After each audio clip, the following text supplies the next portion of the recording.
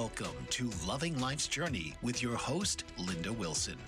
Loving Life's Journey is a heartwarming show that explores the simple pleasures and profound moments that make life worth living. Linda will share stories of hope, resilience, and the power of human connection, celebrating the joys that bind us together. Loving Life's Journey is your invitation to revel in the beauty of everyday miracles and the love that surrounds us all. So now, please welcome the host of Loving Life's Journey, Linda Wilson.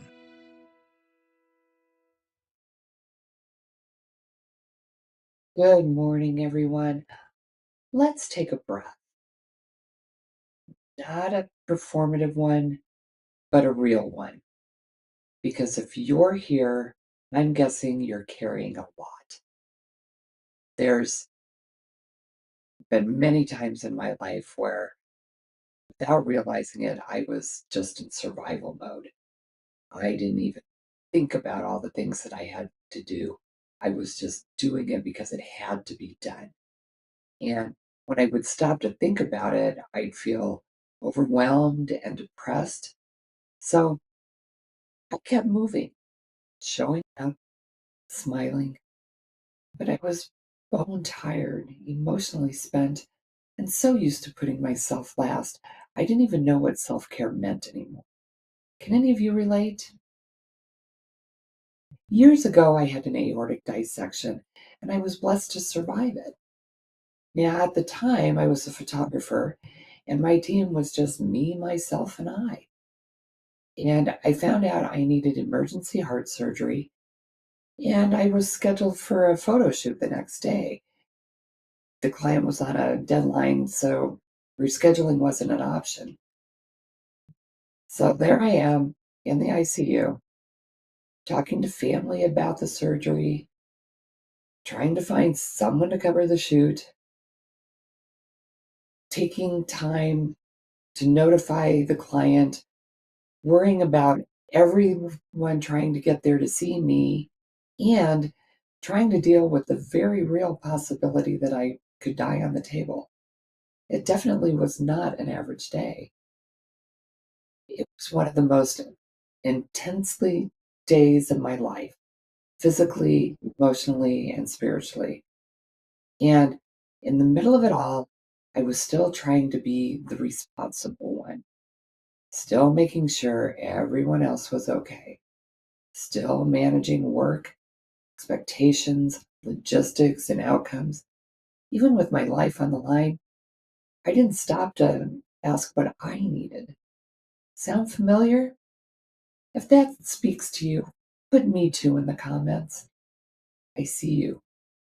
And that's when I realized I had built a life where taking care of myself wasn't even in the top 5 priorities. That moment didn't just change my health, it changed how I saw myself. You're here right now. You're probably someone people turn to. You hold space for others. You get things done. But let me ask you something. When was the last time you paused just to listen to you? Not that voice of urgency, not the calendar, not your coping patterns, but you, your real self, the part that still knows what peace feels like. This is a space for that voice, that slowing down long enough to hear your inner wisdom and move forward from that place. Welcome, I'm Linda Wilson, and I guide people to their clarity, not through hustle, not through hype, but through emotional intelligence, alignment, and self honesty. I've spent years walking alongside people navigating deep questions. And the truth is, I didn't just help others ask those questions, I had to sit in them myself. I remember lying awake at night and asking myself, why do I feel so tired when I've done everything right? How am I holding everything together when it feels like part of me Everything feels like it's falling apart. And to be honest, I didn't know. I didn't have the answers.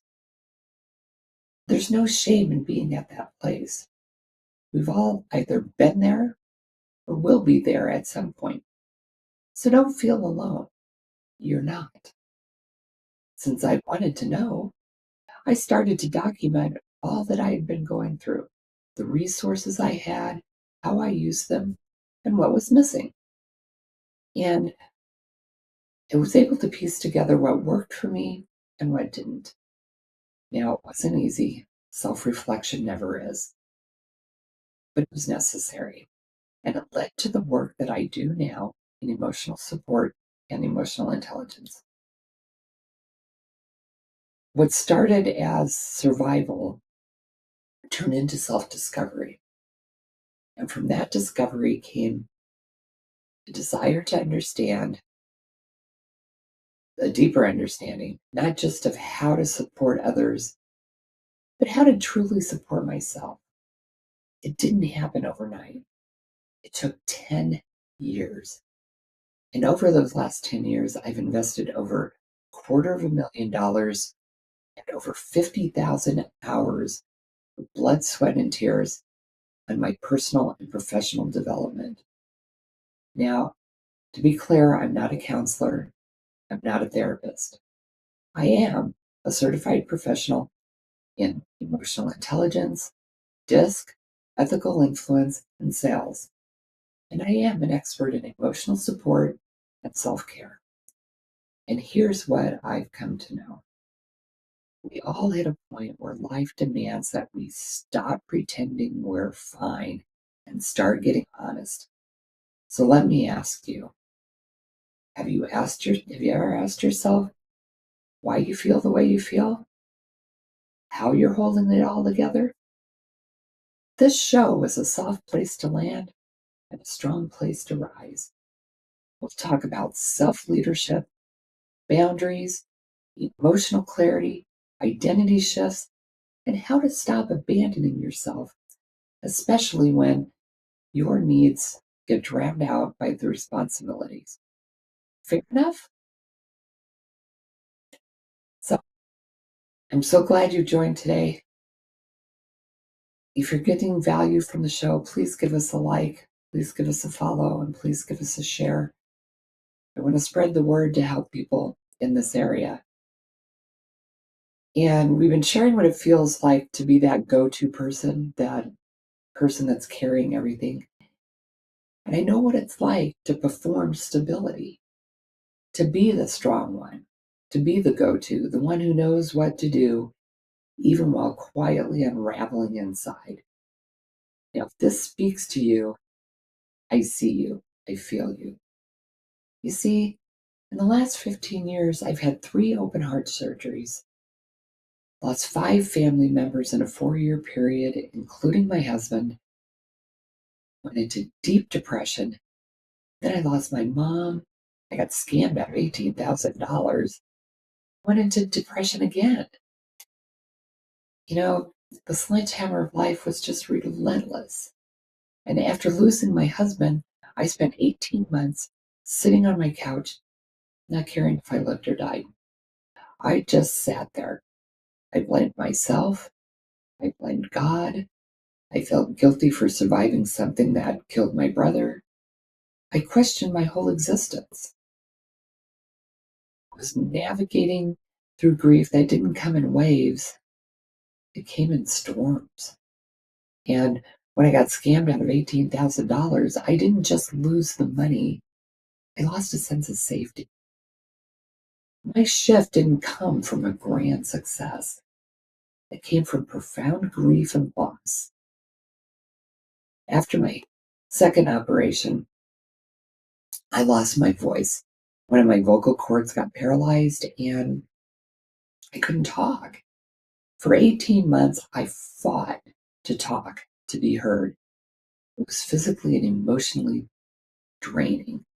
And it was 2013. The voice activated menus were all the rage. They were the big thing.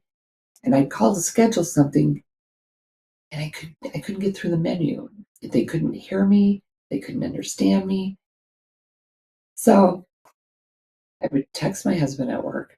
He'd leave his meeting, get on the phone, and interpret what needed to be done to tell them. And I began to feel invisible. It was like I wasn't necessary. The physical strain of trying to talk would make me cough and gag. It was disgusting, and I didn't want to be out in public anymore. So I just started to desire to be invisible. I quit networking.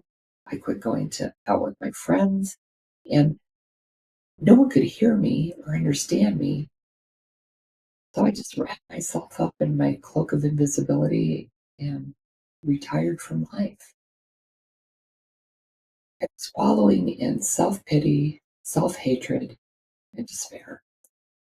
Then I started to crawl my way out. I was given a solution for getting my voice back. Simple day surgery, no biggie. Just go in, insert a vocal cord implant so that my vocal cords touched and I could talk. See? I was thrilled. Oh my gosh, it was so simple. But that simple procedure went very wrong. I aspirated and got pneumonia and I died. And to bring me back, they had to cut open my throat and put me on a ventilator. And I caught a deadly infection, a superbug called CRE that the sterilization process doesn't kill. And for the next 6 months, I fought for my life. Well, that bug systematically tried to kill every organ in my body. I was in ICU isolation, in and out of comas. Everyone had to be gowned, gloved, and masked, kind of like COVID only 5 years before that. And I had no skin to skin contact in that time. My husband saw me drifting away. So he started coming in every day, no mask, no gown, no gloves. He'd come in, he'd kiss my cheek or my forehead. He looked into my eyes, held my hand, and just talked to me. He let me touch his face. And then after they would yell and scream that he needed to be gowned up, he'd go step outside and gown up. You see, I was the infectious one. I was the one that could make everyone else deathly ill. And I felt like a pariah. After 6 months, I was finally able to come home. Thank God. But that 6 months of isolation did a lot more to me than we realized. I've been very outgoing. I was speaking to groups. I was the president of Colorado's largest, most prestigious women's business group. And I just thrived being around people. After I got home, I returned, tried to get back to my regular routine, and I froze. Groups of people now made me really uncomfortable. The energy that I used to thrive on was now extremely overwhelming. I no longer felt like I belonged, and I withdrew again. Then my brother had an aortic dissection, and after 3 months of fighting for his life, he passed. Oh, and I felt so much pain, loss, and guilt.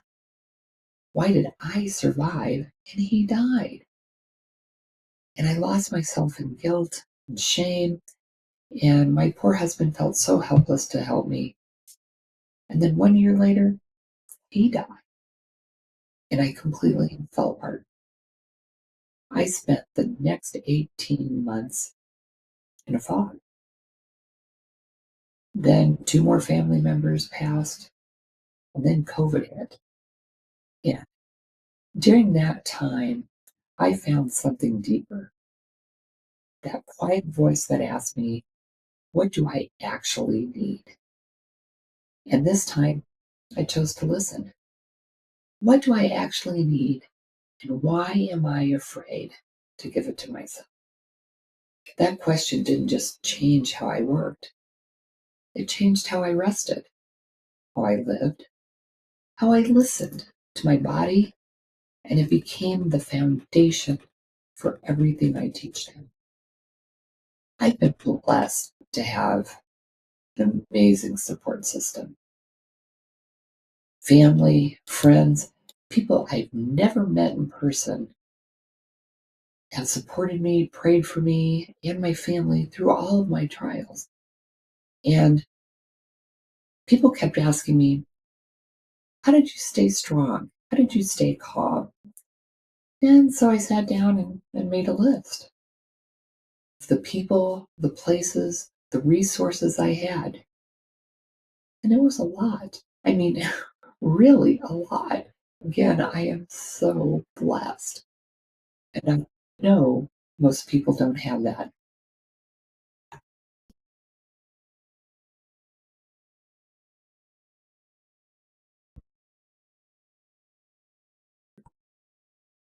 I'm sharing why the show is so important to me because I want you to understand the thought process. You see that list, those names, those lifelines, they were my anchor. So as I looked at it, I realized something that kind of broke my heart a little. Most people don't have that kind of support. They're carrying around heavy things alone. And that's why this work matters so much to me. Because without a group behind you, you still matter. You don't have to be at the front of the room. You don't have to be the boss. To be a leader, you lead every time you choose presence over autopilot. Every time you ask a deeper question. Every time you protect your energy like your future depends on it, because it does. This show is for you if you're emotionally aware, but often emotionally overloaded. If you long for clarity, but your mind won't stop racing. You've outgrown your patterns, but you haven't found your next rhythm. You've been holding space for everyone else, and you're ready to hold space for yourself. In this space, we don't run from clarity, we cultivate. We don't we don't shame the struggle, we acknowledge it. And we don't bypass the hard stuff. We just breathe through it and then take aligned action. So here's some things you can use now, wherever you are. It's my emotional check-in. Now, I did this a lot without realizing what I was doing. And it's become the cornerstone of my program. Recently, a dear friend was diagnosed with cancer. And the part of me that instantly wants to fix things, to make them better, I mean, I felt devastated. I immediately wanted to fly out there to her and take care of her. Now, for any number of reasons, that's not possible. But, she has her son, her family all close by. And though I know I could help her that way, I knew that's not what she needed. So I went through this worksheet, and don't worry if you don't get everything all written down. I'll give you a link in the comments to get that. Um, so here's the emotional check-in. 4 simple prompts to come back to yourself. So number 1, what am I feeling? Really? Not what you should feel. What are you actually feeling? Now, using my previous situation, what I was actually feeling was helplessness and frustration. So again, what am I actually feeling? 2, what's the unmet need underneath this feeling? Is it rest, connection, recognition, safety? The unmet need